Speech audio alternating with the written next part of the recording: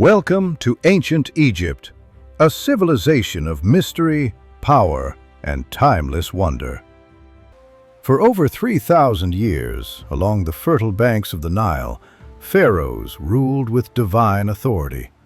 Pyramids rose to touch the sky, and stories of gods and mortals intertwined.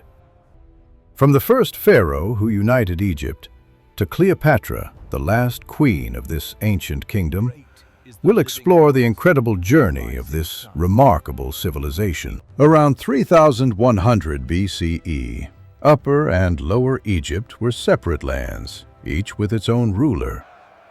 But Narmer, also called Menes, united them into one kingdom, becoming Egypt's first pharaoh. Memphis was established as the capital, a center of politics, trade, and culture. During these early dynasties, hieroglyphs were developed, tombs were built, and religion began shaping society. Pharaohs were not just kings. They were seen as living gods, mediating between the heavens and the Nile. The Second Dynasty continued this growth, consolidating power and developing early administrative systems. These foundations would allow Egypt to flourish for thousands of years to come. Old Kingdom. The Old Kingdom, from 2686 to 2181 BCE, is often called the Age of the Pyramids. Pharaohs like Djoser commissioned the first step pyramid at Saqqara, designed by the brilliant architect Imhotep. Soon after, Snefru built smooth-sided pyramids, leading to the construction of the Great Pyramid of Khufu, a wonder of the ancient world, still standing today. The Sphinx, with the face of a pharaoh and body of a lion, symbolized the power and wisdom of the rulers. This era was not just about monumental architecture. Religion, art, and administration flourished. Tombs and temples were intricately decorated with hieroglyphs, telling stories of gods, kings, and daily life. But as central power grew, regional governors became stronger, and eventually the Old Kingdom collapsed into political fragmentation and famine, leading to the First Intermediate Period. First Intermediate Period. The First Intermediate Period was a time of division. Rival dynasties in Heracleopolis and Thebes struggled for dominance. Life was harsh, with famine, political instability, and regional conflicts. Yet even in this difficult time, culture and innovation persisted. Local rulers maintained temples, craftspeople continued their work, and literature reflected the challenges of society, showing resilience even in chaos. Middle Kingdom. Around 2055 BCE, Mentuhotep II reunited Egypt, ushering in the Middle Kingdom. This era became a golden age of stability, prosperity, and culture. Pharaohs like Amenemhat I and Senusret III expanded trade, built fortresses in Nubia, and sponsored mining expeditions to bring gold, copper, and precious stones to Egypt. Art and literature flourished. Stories of heroism, love, and wisdom were recorded for posterity. The Middle Kingdom also emphasized justice and order.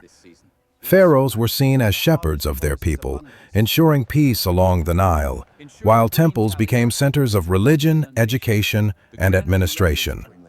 This era strengthened the foundations that the New Kingdom would later build upon.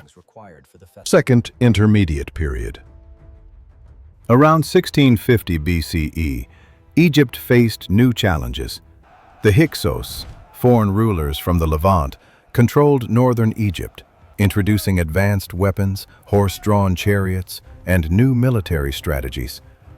The native Egyptian rulers of Thebes resisted, eventually driving the Hyksos out and reclaiming their land. This period of struggle prepared Egypt for its most powerful era, the New Kingdom. The New Kingdom. The New Kingdom from 1550 to 1070 BCE was Egypt's imperial age, a time of wealth, military power, and grand temples. Hatshepsut, one of Egypt's few female pharaohs, built magnificent temples and encouraged trade expeditions to distant lands like Punt. Thutmose III expanded the empire to its largest size, conquering lands in Syria and Nubia. Akhenaten attempted a religious revolution focusing on the worship of the sun disk, Aten, while his son Tutankhamun restored traditional practices. His tomb, discovered thousands of years later, amazed the modern world with treasures untouched by time. Ramses II, known as Ramses the Great, became legendary for his military campaigns, treaties, and monumental construction projects, including the temples at Abu Simbel. During this time, Egypt's power peaked, influencing cultures far beyond the Nile. Decline and Third Intermediate Period. After Ramses III, Egypt entered a period of decline. Political fragmentation, invasions by Libyans and Nubians, and economic challenges weakened the state.